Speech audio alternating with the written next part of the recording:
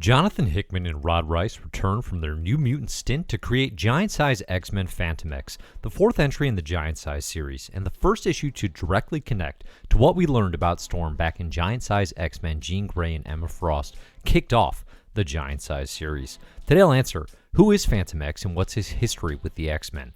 What's the world and why does it matter for Hickman's X-Men? How does Fantomex fit into Storm's quest for a cure? And what is sort of the secret history that Jonathan Hickman is playing with, building off of what Grant Morrison did back in New X-Men in the early 2000s? Hey everybody, I'm Dave Busing, founder and editor-in-chief of comicbookherald.com. Thanks for listening to Krakin Krakoa. This is episode number 69. I'm actually jumping ahead. Number 68 is coming later. I just already recorded it. The numbers are askew. These things happen. If you like CBH YouTube channel or podcast, please consider liking, subscribing, and sharing. You can find full X-Men and comic book reading orders on comicbookherald.com. Spoilers for discussed comics may follow. Who is Fantomex? Debuting in New X-Men number 128 in 2002, created by Grant Morrison and Igor Cordy. He's an escapee of the Weapon Plus program, which is developed by Morrison in that same New X-Men series. Fantomex is actually weapon number 13. Much like Wolverine, known as Weapon X, that X actually stands for 10, right? He's weapon 10 in the Weapon Plus program, as developed by Morrison. Captain America, for the record, is Super Soldier weapon number 1. While he has been sort of an ally to the X-Men, very much as an anti-hero who has something else up his sleeve to benefit himself, creations of the world were designed with the intent of exterminating mutants. So, intriguingly, Fantomex is created via enough techno-organic technology that calling him a version of Sentinel or Super Sentinel does not totally miss the mark. His primary power is the art of misdirection, and Fantomex is also a world-class thief, often putting him in a mini rivalry with Gambit. And Fantomex has the particularly unique connection to a companion piece of himself that looks like a giant spaceship and kind of a bug known as Eva. Eva contains his central nervous system. It's outside of his body, housed outside of his body, so he can protect it easier. A damage to Fantomex's person does not necessarily, allow him to, or he is not allowed to feel that pain. And he has a symbiotic relationship with Eva and a telepathic one. They have a very close relationship. A lot of times it's got kind of a romantic, flirtatious type thing, but really they are a part of each other, even though we really don't see much, if any, of Eva in this giant-sized Fantomex issue. The New X-Men Assault on Weapon Plus story arc, going off memory, I think it's issues 141 to 145, right around there, is the most critical story to understand Fantomex and the world, and the one that Hickman and Reis are very literally reinterpreting here in the pages of giant-size X-Men Fantomex. Truly, my reading experience was augmented significantly having reread these issues earlier in the week for preparation. Apart from New X-Men, Fantomex is most well known for his crucial role throughout Rick Remender-written Uncanny X-Force, which I'll touch on a little bit here, and then on into the bizarre stretch of the relaunched Uncanny X-Force written by Sam Humphries, in which Fantomex became 3 versions of himself, one male, one woman, and one dark. I will not be touching on that anymore, as it is not referenced here to my knowledge, and probably won't play a role moving forward. So Hickman, Reis, and letterer Ariana Maher structure this giant-sized issue around Fantomex's repeated journeys into the world throughout various decades. See, he appears to move from the 40s with the Howling Commandos and progressing around 10 years at a time up until present day. Unless I'm mistaken, and sometimes I am, this is a new thing, right? As far as I understood it, Fantomex was a character who very much existed in the X-Men's presence. Again, they meet him in that New X-Men era, which is, if we're looking at, like, for example, Moira's lifelines in the House of X and Powers of 10, when Professor X declares to the world that he's a mutant, that is set within the New X-Men era of X-Men, right? Fantomex debuts around then. So for him to have existed in the 40s leading a team of Howling Commandos, that's new. One thing to consider here, we're dealing with the world, right? This is not, the general concept of the world, but the world as this environment in which time is a synthetic environment that can speed up and slow down.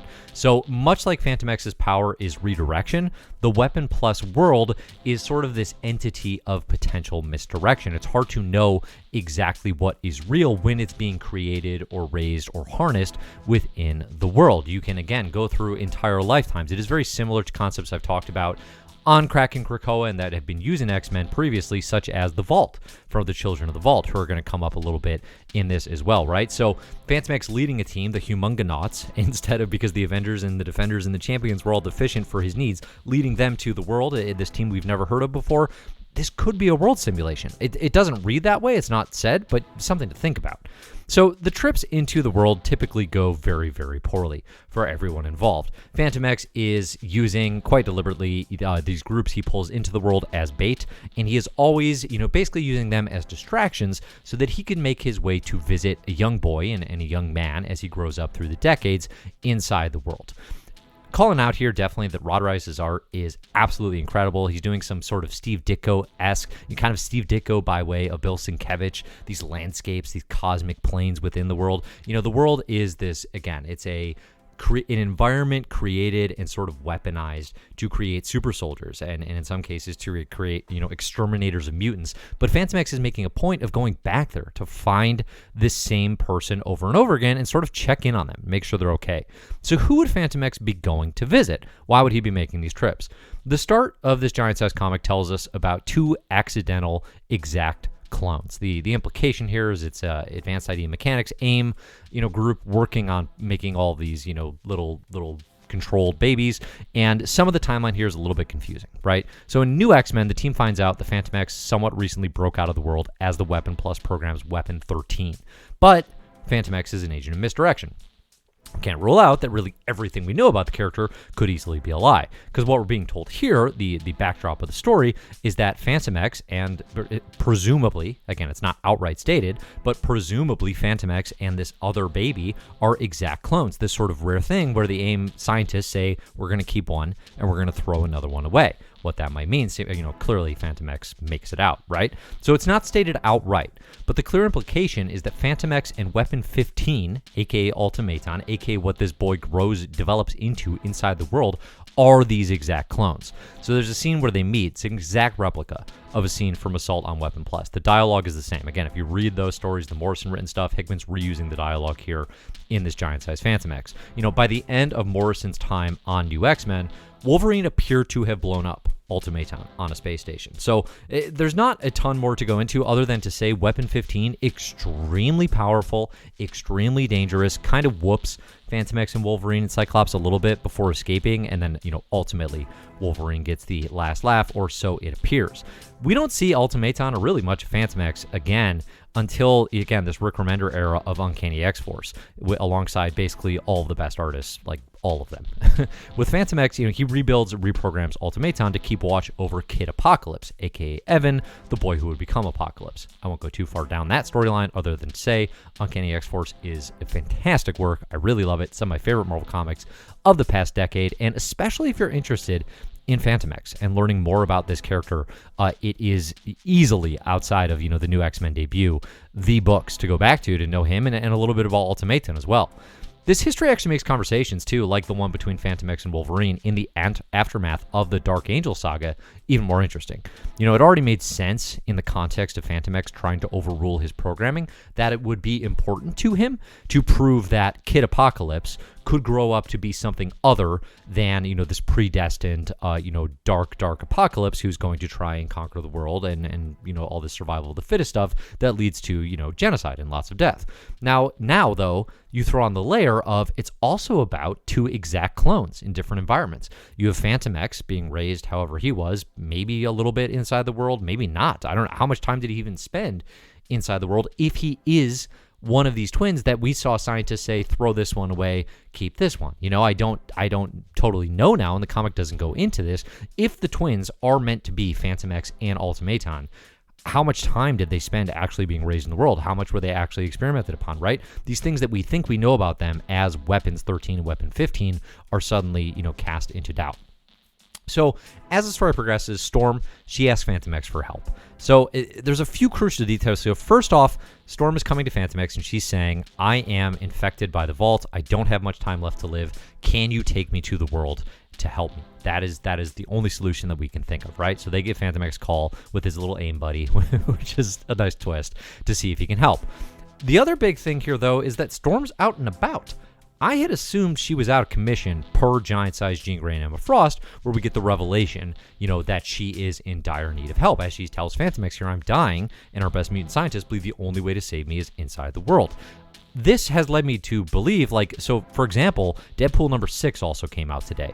I put that in my Jonathan Hickman Krakoa X-Men reading order, which you can find on CBH. I put that before Giant Size X-Men Jean Grey and Emma Frost, thinking if Storm is out and about, the issue must occur before that. Now we're getting the sense that maybe that's not the case. So again, as a quick reminder, Jean and Emma learned Storm was attacked and infected by the Children of the Vault, presumably during X-Men #5, and they learned this in their Giant Size series. So she has 30 days to live, according to this, but apparently she's not, on her deathbed, unable to do anything. She is out, and she is now going to Fantomex, asking for help, saying, "Can you please take me to the world? It's my only hope." Obi-Wan Kenobi, right? So she's got Cypher and I think maybe Armor with her, but I'll admit I didn't look too closely at who was traveling with her.